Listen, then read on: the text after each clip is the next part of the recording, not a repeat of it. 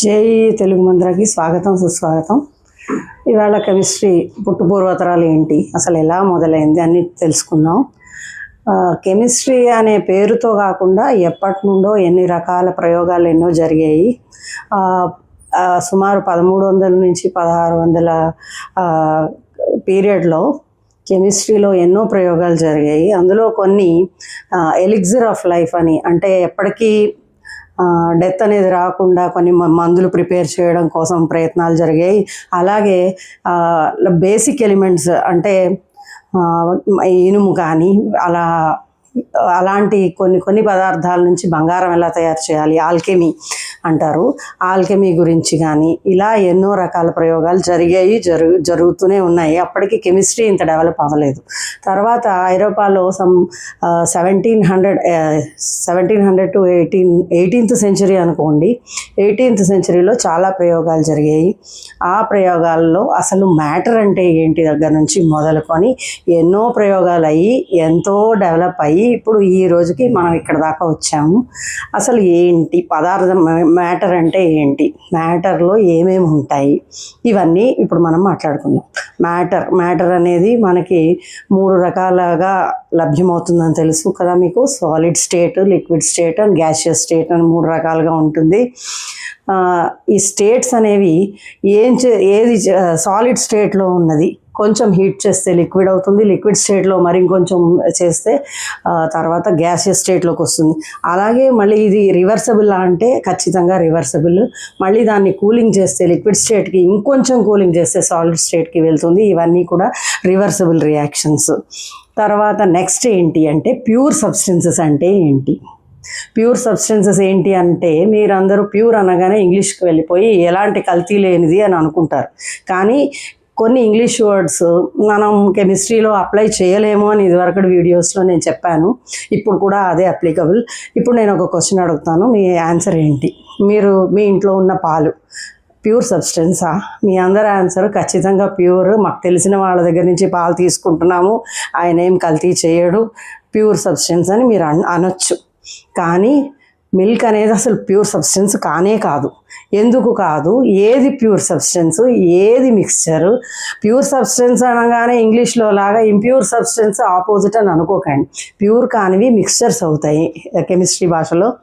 అసలు అవి ఏంటి అనేది మనం ఇప్పుడు చూద్దాం. ప్యూర్ సబ్స్టెన్సెస్ అంటే ఏంటి? సపోజ్ నేను ఒక ఇనుప ముక్క తీసుకున్నా, ఇది ఒక పీస్ ఆఫ్ ఐరన్ అనుకోండి. మీకు తెలుసు అది సాలిడ్ స్టేట్లో ఉంటుంది. దాంట్లో చిన్నగా యాటమ్స్ అన్నీ అన్నీ ఉంటాయి, ఇలా అమర్చి ఉంటాయి. నేను ఎగ్జాంపుల్గా చెప్తున్నాను. ఇప్పుడు ఈ ఇనుప ముక్కలోంచి నేను ఇక్కడి నుంచి తీసుకున్నా ఒక శాంపిల్ పీస్ తీసుకుని దాంట్లోని అరేంజ్మెంట్ చూస్తే ఎక్కడ చూసినా ఒకేలా ఉంటుంది. ఎందుకు ఒకేలా ఉంటుంది? అన్నీ ఒకేలా ఉంటాయా? సపోజ్ నేను అదే మీరు ఇప్పుడు చెప్పిన పాల ఎగ్జాంపుల్ తీసుకున్నాను. పాలు లిక్విడ్ తీసుకుంటాను. అయితే దీంట్లో కూడా వాటి పదార్థాల అరేంజ్మెంట్ ఉంటుంది. అయితే ఇక్కడ తీసుకున్నది ఒకేలా ఉంటుందా అంటే ఉండదు. ఎందుకు ఉంటుంది? ఇందులో ఎందుకు ఉండదు అనేది ఇప్పుడు చూద్దాం. అసలు ప్యూర్ సబ్స్టెన్సెస్ అంటే ఏంటి, ప్యూర్ సబ్స్టెన్సెస్కి మిక్సర్స్కి ఏ తేడాలు ఉంటాయి, అవన్నీ ఇప్పుడు మనం చూద్దాం. అలాగే ఇప్పుడు నేను ఒక శాంపుల్ ఆఫ్ ఎయిర్ తీసుకున్నాను. ఎయిర్ అంటే మీకు తెలుసు, ఎయిర్ అంటే దాంట్లో నైట్రోజన్ ఉంటుంది, ఆక్సిజన్ ఉంటుంది, అన్ని రకరకాల అన్ని మాలిక్యూల్స్ ఉంటాయి, అన్నీ కలిసి ఉంటాయి. అయితే నేను ఈ రూమ్లో ఒక శాంపుల్, పక్క రూమ్లో ఒక శాంపుల్, బయటకు వెళ్ళి ఇంకొక చోట ఇంకొకటి, ఎక్కడ తీసుకున్నది ఆ ఎయిరే. ఒక చోట ఆక్సిజన్ ఎక్కువ ఉండొచ్చు, మరొక చోట కార్బన్ డైఆక్సైడ్ ఎక్కువ ఉండొచ్చు, మరో చోట నైట్రోజన్ ఉండొచ్చు, ఇంకొక చోట ఇంకేదైనా ఉండొచ్చు. కానీ అన్ని శాంపుల్స్ సేమ్ ఉన్నాయా అంటే మీ ఆన్సర్ లేవు అని. కాబట్టి అలా అన్నీ సేమ్ లేవు అన్నవన్నీ మనం మన కెమిస్ట్రీ పరిభాషలో మిక్స్చర్స్ అని పిలుస్తాం. అలాగా ఇప్పుడు ఈ ఐరన్ అనేది తీసుకున్నానంటే మన ఇంట్లో ఐరన్ కానీ బయట కానీ ఇంకొక చోట కానీ ఎక్కడి నుంచి తీసుకున్నా ఐరన్లో ఉండే మాలిక్యూల్స్ అరేంజ్మెంట్, ఆటమ్స్ అరేంజ్మెంట్ బేసిక్గా సేమ్ ఉంటుంది. అలాగే నేను వాటర్ తీసుకున్నాను. సపోజ్ వాటర్ అంటే మీకు అందరికీ తెలుసు H2O. సరే, నేను ప్యూరెస్ట్ ఫామ్ ఆఫ్ వాటర్ తీసుకుంటున్నాను. వాటర్ అంటే ఇప్పుడు సముద్రంలో నీరో ఇంకొక నీరో అన్నామంటే వాటిలో కొన్ని కెమికల్స్ ఉంటాయి కాబట్టి నేను వాటి ప్రస్తావన తేవట్లేదు. మామూలుగా మనం తాగే మంచినీళ్ళు తీసుకున్నాం. అది మీ ఇంట్లో శాంపిల్ కావచ్చు, మా ఇంట్లో శాంపిల్ కావచ్చు, లేదా ఒక 4 వీధుల అవతల ఇంకెవరింట్లో అయినా శాంపిల్ తీసుకోవచ్చు. తీసుకుని దాన్ని మైక్రోస్కోపిక్గా మనం దాన్ని అనలైజ్ చేసి చూసినట్టయితే దాంట్లో ఏముంటాయి? ఎక్కడి వాటర్ తీసుకున్నా 2 హైడ్రోజన్లే ఉంటాయి, 1 ఆక్సిజనే ఉంటుంది, H2O ఉంటుంది. H2O అనేది ఒక మాలిక్యూల్, యాక్చువల్లీ యాటమ్ కాదు. It is a compound. ఎందుకంటే దాంట్లో హైడ్రోజన్లు ఉన్నాయి, ఆక్సిజన్ కూడా ఉంది. సో మీరు ఇందాక నేను ఐరన్ ఎగ్జాంపుల్ చెప్పినప్పుడు ఓకే, ఇలా ఐరన్ అని ఒకే ఒక ఎలిమెంట్ ఉంటే అది ప్యూర్ అని అనుకుంటారేమో, కానీ కాదు. ఇప్పుడు ఇది కూడా H2O మాలిక్యూల్సే ఉంటాయి. ఇప్పుడు నేను తీసుకున్న శాంపుల్లో ఇక్కడ H2O ఉంది, ఇంకో ఇంట్లోంచి కలెక్ట్ చేసిన శాంపుల్లో కూడా H2O ఉంది. ఎక్కడి శాంపుల్ తీసుకున్నా 2 హైడ్రోజన్లే ఉన్నాయి, 1 ఆక్సిజనే ఉంది, దాని మాలిక్యూల్ సిమిలర్గా ఒకేలాగా ఉంది. కాబట్టి ఇది కూడా ప్యూర్ సబ్స్టెన్స్ కిందకు వస్తుంది. ప్యూర్ సబ్స్టెన్సెస్ ఓన్లీ ఎలిమెంట్స్ మాత్రమే ఉండవు, కాంపౌండ్స్ కూడా ఉంటాయి.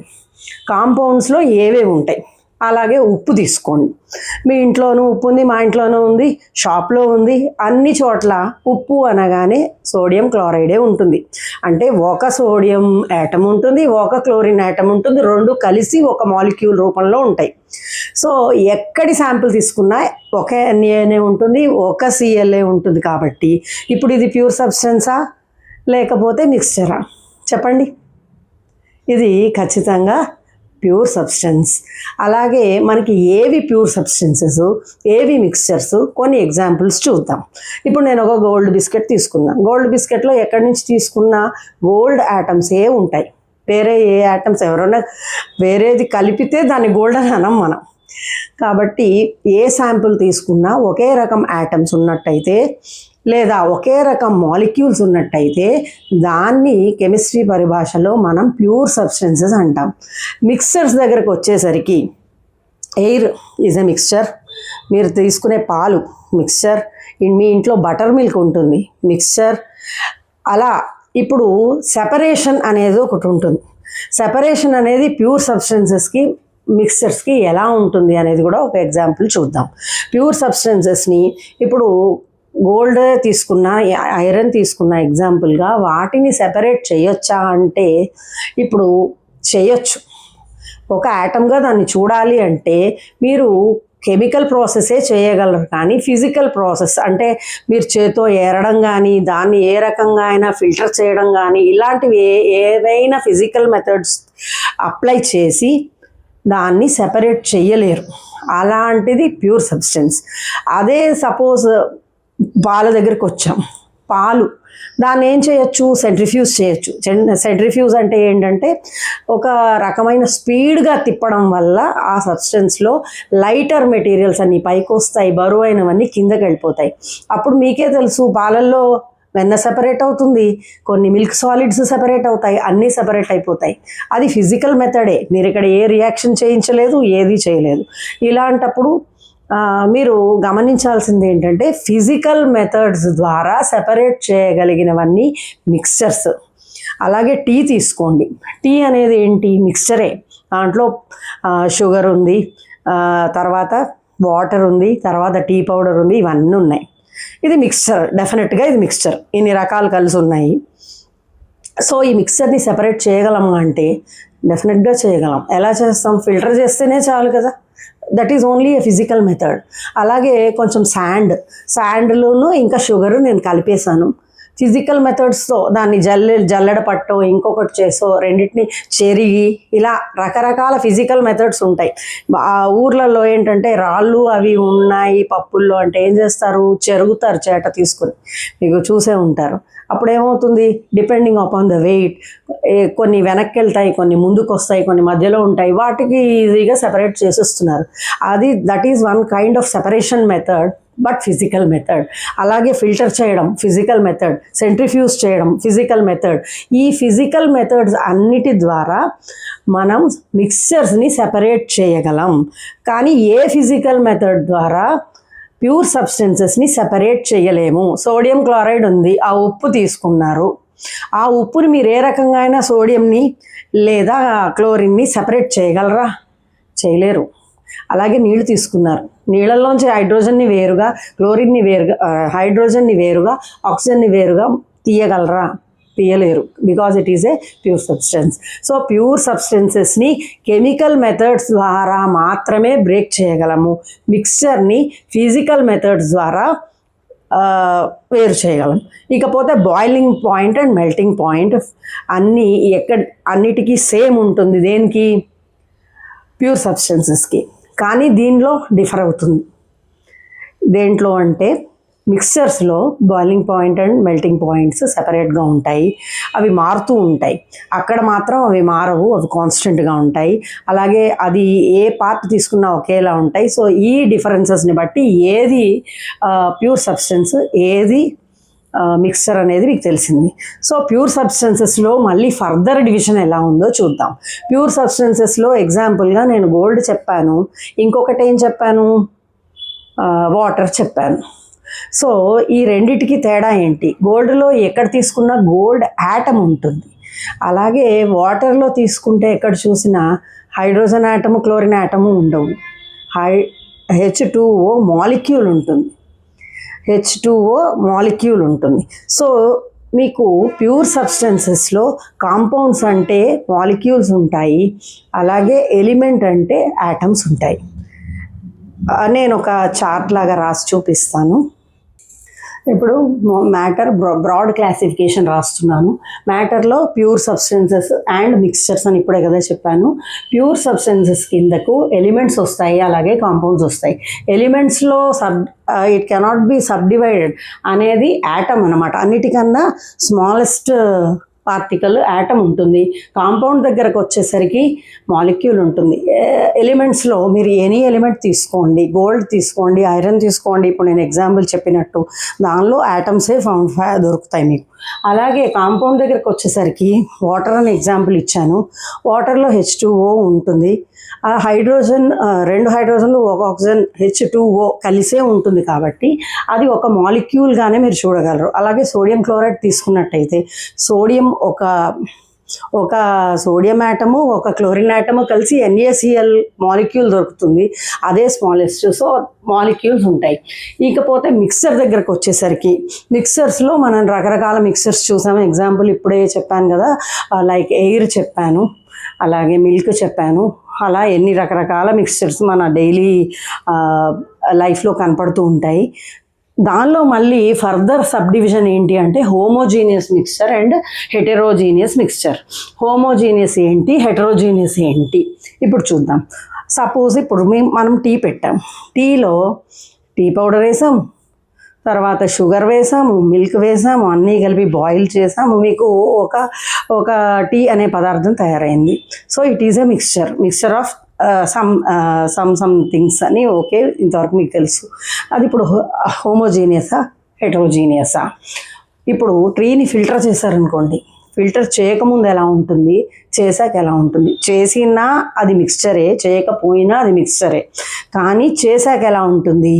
టీలో మీకు ఏదైనా పదార్థాన్ని తీయడానికి ఫిజికల్గా అలా ఏమన్నా అవకాశం ఉంటుందా? ఒకేలా ఉంటుంది. మీకు throughout the cup of tea ఎక్కడ చూసినా ఒకేలా ఉంటుంది. అంటే లైక్ మీరు ఇది షుగరు లేదా ఇది టీ పౌడర్ అని దాన్ని వేరు చేసే పరిస్థితి మీకు ఉండదు. అలా ఉండే ఎనీ టైప్ ఆఫ్ మిక్స్చర్ని మనం హోమోజీనియస్ అంటాం. హోమోజీనియస్ మిక్స్చర్ అంటాం. అంటే ఇప్పుడు షుగర్ వాటర్లో కలిపేస్తాం, బాగా కలిపేసిన తర్వాత మీకు షుగర్ పార్టికల్స్ కనిపించవు. ఎక్కడ షుగర్ ఉంది ఎక్కడ వాటర్ ఉంది అని మీరు సెపరేట్ చేయలేని మిక్స్చర్స్ని హోమోజీనియస్ అంటాం. షుగర్ సొల్యూషన్ కావచ్చు, సాల్ట్ సొల్యూషన్, సాల్ట్ నీళ్ళలో వేసి బాగా కలిపేసిన తర్వాత కూడా అది హోమోజీనియస్ అయ్యి అలా రకరకాలవి. తర్వాత ఇంకొక మిక్స్చర్ తీసుకుందాం, కొంచెం ఆయిల్ కొంచెం వాటర్ కలిపేద్దాం. కలిపితే ఇప్పుడు అది అది మిక్స్చర్, కానీ a type of mixture? It is not homogeneous. ఎందుకంటే మీరు కొంచెం సేపు అలా పక్కకు పెట్టేస్తే పైనకంతా ఆయిల్ వస్తుంది, కిందకంతా వాటర్ వెళ్తుంది. సో దాన్ని మీకు ఇది ఆయిల్ ఇది వాటర్ అని మేకప్ చేసేలాగా ఉంటుంది కాబట్టి, అంటే పర్ఫెక్ట్గా కలిసిపోదు కాబట్టి అది హెటరోజీనియస్ మిక్స్చర్. ఇప్పుడు టీ సొల్యూషనే చెప్పాను, ఫిల్టర్ చేసిన తర్వాత టీ సొల్యూషన్ హోమోజీనియస్, చేయకముందు టీ పౌడర్ పార్టికల్స్ మీరు చేతితో ఏరగలరు, కంటితో చూడగలరు. అలాంటప్పుడు దాన్ని హెటరోజీనియస్ అంటాం. సో టీ అంటే ఫిల్టర్ చేయకముందు హెటరోజీనియస్, చేశాక it is a homogeneous. So ఏవేవి హోమోజీనియస్ ఏవేవి హెటరోజీనియస్ మీకు ఐడియా వచ్చే ఉంటుంది. సమ్ ఎగ్జాంపుల్స్ ఫర్ హోమోజీనియస్ మనం షుగర్ సొల్యూషన్, సాల్ట్ సొల్యూషన్ ఇలాంటివన్నీ తీసుకోవచ్చు. అలాగే హెటరోజీనియస్కి ఎగ్జాంపుల్ లైక్ ఆయిల్ అండ్ ఇది తీసుకోవచ్చు, ఆయిల్ అండ్ వాటర్. అలాగే ఇంకా రకరకాలు లైక్ సాలిడ్స్ కలిపినవి కూడా ఎన్నో తీసుకోవచ్చు. ఇసుక అండ్ షుగర్ కలిపామనుకోండి అది తీసుకోవచ్చు. రకరకాల పప్పులన్నీ కలిపేసి మిక్స్చర్ లాగా చేసామనుకోండి దాన్ని కూడా హెటరోజీనియస్ అనొచ్చు, మనం ఏరచ్చు కదా. అలాగే ఇసుక అలాగే షుగర్ కలిపామనుకోండి అది సెపరేట్ చేయొచ్చు. ఇది ఇసుక రేణు అని పక్కకు తీయగలం, అలాగే ఇది షుగర్ పార్టికల్ అని పక్కకు తీయగలం. ఇలాంటివి ఫిజికల్ మెథడ్స్ సెపరేట్ చేసేవన్నీ మిక్స్చర్స్. అందులో యూనిఫామ్గా ఉండేది హోమోజీనియస్, యూనిఫామ్గా ఉండనిది హెటరోజీనియస్. సో ఎగ్జాంపుల్స్ మీకు చెప్పాను కాబట్టి next will proceed to the next topic. ఈ కెమిస్ట్రీలో కూడా మెజర్మెంట్స్కి ఏవేవి యూస్ చేస్తాము, ఏ పారామీటర్స్ యూస్ చేస్తాము అది చూద్దాము. మెజర్మెంట్ ఇన్ ఎస్ఐ సిస్టంలో యూజువల్గా చేస్తూ ఉంటాము. ఇది మీరు ఫిజిక్స్లో చదువుకునే ఉంటారు, అయినా ఇంకొకసారి చెప్తాను. లెంగ్త్ ఎల్ అని డినోట్ చేస్తాం, మీటర్స్తో చేస్తాము, కొలుస్తాము. అలాగే మాస్ ఎమ్, కేజీ, టైమ్ స్మాల్ టీ. ఇక్కడ టైము అవసరం అవుతుంది, టెంపరేచర్ కూడా అవసరం అవుతుంది. టెంపరేచర్కి యూజువల్గా క్యాపిటల్ టీ పెడతాము, టైంకి small T, time in seconds. Current కూడా ఇక్కడ అవసరం అవుతుంది. కరెంట్ కెమిస్ట్రీలో ఎందుకు అనుకుంటారేమో, మామూలుగా కొన్ని కాంపౌండ్స్ని సెపరేట్ చేయడానికి, సపోజ్ సోడియము క్లోరిన్ విడదీయాలి అంటే మనం ఎలక్ట్రాలిసిస్ చేస్తూ ఉంటాం. అప్పుడు ఎంత కరెంట్ పంపించాము, ఎంత టైం పంపించాము, ఇలాంటి అవసరాలు ఉంటూ ఉంటాయి. కాబట్టి కెమిస్ట్రీలో కూడా కరెంట్ అవసరం ఉంటుంది. ఐతో డినోట్ చేస్తాం, యాంపియర్స్లో కొలుస్తాము. అలాగే temperature capital T, kelvin. So మన లోకల్గా ఎప్పుడైనా టెంపరేచర్స్ గురించి మాట్లాడుకుంటే సెల్సియస్లో చెప్తూ ఉంటాం, ఒక్కొక్కసారి ఫారెన్హీట్లో చెప్తూ ఉంటాం. వాటి కన్వర్షన్స్ అవి ఎలా ఉంటాయో కూడా ఇప్పుడు చూద్దాము. యూజువల్గా ఎస్ఐ సిస్టంలో టెంపరేచర్ మాత్రం కెల్విన్లోనే కొలుస్తాం. సో మన లోకల్గా యూస్ చేసే సెల్సియస్ అండ్ ఫారెన్హీట్ అనేవి ఎలా మార్చాలి అది చూద్దాం ఇప్పుడు. సో మనము టెంపరేచర్ని ఎలా మెజర్ చేస్తాము. టెంపరేచర్ క్యాపిటల్ టీతో డినోట్ చేస్తాము. ఎస్ఐ సిస్టంలో కెల్విన్ని ప్రామాణికంగా తీసుకుంటాం. అయితే మనం లోకల్గా యూజ్ చేసే సెల్సియస్ అండ్ అదర్ స్కేల్స్ని ఏ రకంగా కన్వర్ట్ చేయాలి, కొన్ని మినిమంవి ఎలా ఉంటాయో చూద్దాం. ఫస్ట్ సెల్సియస్లో మనం వాటర్ ఫ్రీజింగ్ 0 అని నేర్చుకున్నాం. 0 డిగ్రీస్ అంటే మన సెల్సియస్ 0 డిగ్రీస్ అంటే ఫారెన్హీట్లో ఎంత, కెల్విన్లో ఎంత చూద్దాం. అలా కొన్ని ఇంపార్టెంట్ టెంపరేచర్స్ అదర్ స్కేల్స్లో కూడా చూపించడానికి మీకు ఇక్కడ ఒక ఫిగర్ వేశాను. So 0 degrees in Celsius is equal to 32 in Fahrenheit. అలాగే 273.15 K అది కెల్విన్లో. ఇక్కడ మీరు ఇంకొక గమనించాల్సిన విషయం ఏంటంటే డిగ్రీస్ అనే వర్డ్ మనం ఎక్కడ వాడతాము, ఫారెన్హీట్లో సెల్సియస్లో వాడతాం. అదే కెల్విన్లో డిగ్రీస్ అనే ఈ గుర్తు ఈ సింబల్ కానీ డిగ్రీస్ అనే పదం కానీ వాడము. డైరెక్ట్గా 273 కెల్విన్ అంటాం. 273 డిగ్రీస్ కెల్విన్ అని అనము. కెల్విన్లో డిగ్రీ అనే పదం కానీ డిగ్రీ సింబల్ కానీ వాడము, అదొకటి గుర్తుపెట్టుకోండి. అలాగే సెల్సియస్ అండ్ ఫారెన్ హీట్కి డిగ్రీస్ వాడతాము. డిగ్రీస్ పక్కన అది ఏ స్కేల్లో మెజర్ చేసామో ఆ స్కేల్ మెన్షన్ చేస్తాం. ఇప్పుడు suppose 0 degrees water freezing temperature అనుకున్నట్టయితే 0 డిగ్రీస్ సెల్సియస్ అని రాస్తాం రాసేటప్పుడు. అలాగే 32 డిగ్రీస్ ఎఫ్ అని రాస్తాం ఫారెన్ హీట్ అయితే. అలాగే కొన్ని ఇంపార్టెంట్ మెజర్మెంట్స్ చూద్దాము. 0 ఈజ్ ఫ్రీజింగ్. తర్వాత రూమ్ టెంపరేచర్ అంటూ ఉంటాం. రూమ్ టెంపరేచర్ అంటే ఎండాకాలంలో 40 డిగ్రీలు ఉండొచ్చు. యూజువల్గా రూమ్ టెంపరేచర్ అంటే 25గా తీసుకుంటూ ఉంటాం. ఫిజిక్స్లో మీరు ఎన్నో ప్రాబ్లమ్స్ చేస్తూ ఉండుంటారు కనుక మీకు వేరే చెప్పక్కర్లేదు. 25 అనే తీసుకుంటాం. అది 27 ఉండండి, 30 ఉండనియండి. రూమ్ టెంపరేచర్ అంటే యూజువల్గా 25 డిగ్రీస్ తీసుకుంటాం. 25 degrees Celsius is equal to 77 అంటే +32 చేసినట్టయితే 77 డిగ్రీస్ ఫారెన్ హీట్. అలాగే 298 కెల్విన్, నాట్ డిగ్రీస్, ఇక్కడ 298 కెల్విన్. అలాగే నెక్స్ట్ టెంపరేచర్ మన బాడీ టెంపరేచర్ తీసుకుందాము. మీకు తెలుసు 98.6 ఫారెన్ హీట్. మన ఇళ్లలో ఉండే థర్మామీటర్స్ జ్వరం వస్తే అప్పుడప్పుడు చూసుకుంటూ ఉంటాం కదా, అది ఫారెన్ హీట్ థర్మామీటర్. అయితే ఆ ఫారెన్ హీట్ థర్మామీటర్లో 98.6 మామూలుగా బాడీ టెంపరేచరు. అది సెల్సియస్లో అయితే 37 డిగ్రీస్.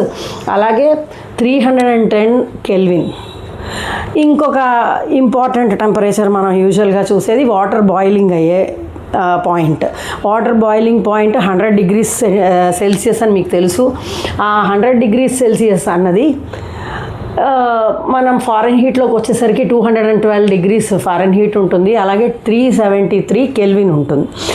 దాన్ని సెల్సియస్ని ఫారెన్ హీట్గా ఎలా తెలుసుకోవచ్చు? దానికి డైరెక్ట్గా ఫార్ములా ఉంది. F is equal to 9/5 into ఇక్కడ టెంపరేచర్ ఇన్ సెల్సియస్ +32. అలాగే కెల్విన్ అంటే మనకు సెల్సియస్లో ఉన్న టెంపరేచర్కి 273.15 కలిపితే వచ్చేస్తుంది. కాబట్టి ఇది చాలా ఈజీ, రెండు ఈజీయే. సో ఏదో ఒక స్కేల్లోది మనకి ఏ స్కేల్లో అవసరమైతే ఆ స్కేల్లోకి మార్చుకోవాలి.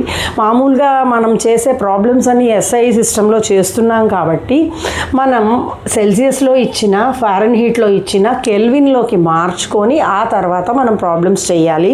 ఇదొకటి గుర్తుపెట్టుకోండి. ఇంకా ఇప్పుడు మనం ఏది ఎలా కొలుస్తాం అనేది మెషర్ చేస్తాం అనేది తెలుసుకున్నాము. అలాగే ఇక్కడ యూస్ చేసే మరికొన్ని టర్మ్స్ కూడా తెలుసుకుందాము. ఫస్ట్ మాస్ అన్నా వెయిట్ అన్నా ఒకటి కాదు. యూజువల్గా మనం మాస్ అనే వర్డే ఎక్కువగా మీకు కెమిస్ట్రీలో వస్తూ ఉంటుంది. మాస్ అనేది యాక్చువల్గా కాన్స్టెంట్, అంటే మీరు ఎక్కడికి వెళ్ళినా మాస్ ఆఫ్ ద ఆబ్జెక్ట్ అంతే ఉంటుంది. ఎందుకు అంటే it is amount of matter present. Exactly amount of matter దాంట్లో ఏది ఉందో దాన్ని మాస్ అంటాం. కాబట్టి మీరు ఎక్కడికి తీసుకెళ్ళినా, అంటే ఇక్కడ 1 గ్రామ్ మాస్ ఉన్నట్టయితే అది చంద్రుడికి వెళ్ళినా ఇంకొక గ్రహం మీదకి వెళ్ళినా అది 1 గ్రామే ఉంటుంది. అదే వెయిట్ దగ్గరకు వచ్చేసరికి అలా ఉండదు. ఈ రెండిటికి తేడా ఏంటి ఇప్పుడు చూద్దాము. ఆల్రెడీ మీరు ఫిజిక్స్లో చదివే ఉంటారు, కానీ మనం ఇక్కడ కెమిస్ట్రీ పరంగా ఏ వర్డ్స్ యూస్ చేస్తాము, దాన్ని ఎలా డినోట్ చేస్తాం అనేది ఇంకొకసారి నేర్చుకుందాము. Mass is amount of matter present, it is constant wherever you go, and usually it is denoted by M. అలాగే weight is force exerted by gravity. అంటే ఇప్పుడు మనము ఇక్కడ కూర్చొని ఈ ల్యాబ్లో ఏదైనా ఎక్స్పెరిమెంటేషన్ చేసినప్పుడు మనకి మాసు వెయిటు సేమే ఉంది, కానీ ఎక్కడికి వెళ్ళినా సేమ్ ఉండదు. సపోజ్ మనము ఎర్త్ మారి ఇంకొక చోట మూన్ దగ్గరికి వెళ్ళేసరికి గ్రావిటీ మారుతుంది. కాబట్టి గ్రావిటీ ఎక్కడ మారిందో అక్కడ ఆటోమేటిక్గా మన వెయిట్ కూడా మారుతుంది. So force exerted by gravity కాబట్టి ఇది వెయిట్ Wతో డినోట్ చేస్తాము. మన ల్యాబ్ ఎక్స్పెరిమెంట్లో వెయిట్ అన్నా మాస్ అన్నా ఒకటిగానే మనం కన్సిడర్ చేస్తాం, కానీ అవి రెండూ ఒకటి కావు. ఇంకా నెక్స్ట్ మనం యూజ్ చేసే ఇంకొకటి volume. Space occupied by the substance. Volume అంటే ఎంత స్పేస్ ఆక్యుపై చేసింది ఒక సబ్స్టెన్స్. అంటే ఇది మూడు పక్కల తీసుకుంటాం అనమాట. అంటే length wise, breadth wise, height wise. కాబట్టి L/B/H కాబట్టి ఇది M³ దీని యూనిట్ అవుతుంది. అలాగే మాస్ అనేది మనం కేజీ అని నేర్చుకున్నాం. ల్యాబ్ ఎక్స్పెరిమెంట్లో కేజీలు ఉపయోగించలేం కదా. చిన్న బ్యాలెన్స్తో మనము అక్కడ అనలిటికల్ బ్యాలెన్స్ అంటాము. సాల్ట్స్ అవి చిన్న గ్రామ్స్లో తీసుకుంటాము, ఇంకా తక్కువ మిల్లీగ్రామ్స్లో కూడా తీసుకుంటూ ఉంటాం కొన్నిసార్లు. అలాంటప్పుడు మనం ఎస్ఐ యూస్ చేసేటప్పుడు అక్కడ వెయిట్ని కేజీయే రాస్తాం, కానీ సెంటీమీటర్స్లో రాస్తాం, కానీ టు ద పవర్ ఆఫ్ -3 అని రాసుకుంటూ ఉండాల్సి వస్తుంది. అది డివైడ్ బై 1000 చేసి అప్పుడు యూస్ చేస్తూ ఉంటాం మాస్ని. సో ఆ కన్వర్షన్స్ కూడా మనం తెలుసుకుందాం ముందు. ఇప్పుడు వాల్యూమ్ అనేసరికి 1 litre is equal to 1000 ml, that is 1 dm³ అనమాట. ఈ 3 మీరు గుర్తుపెట్టుకోండి. And next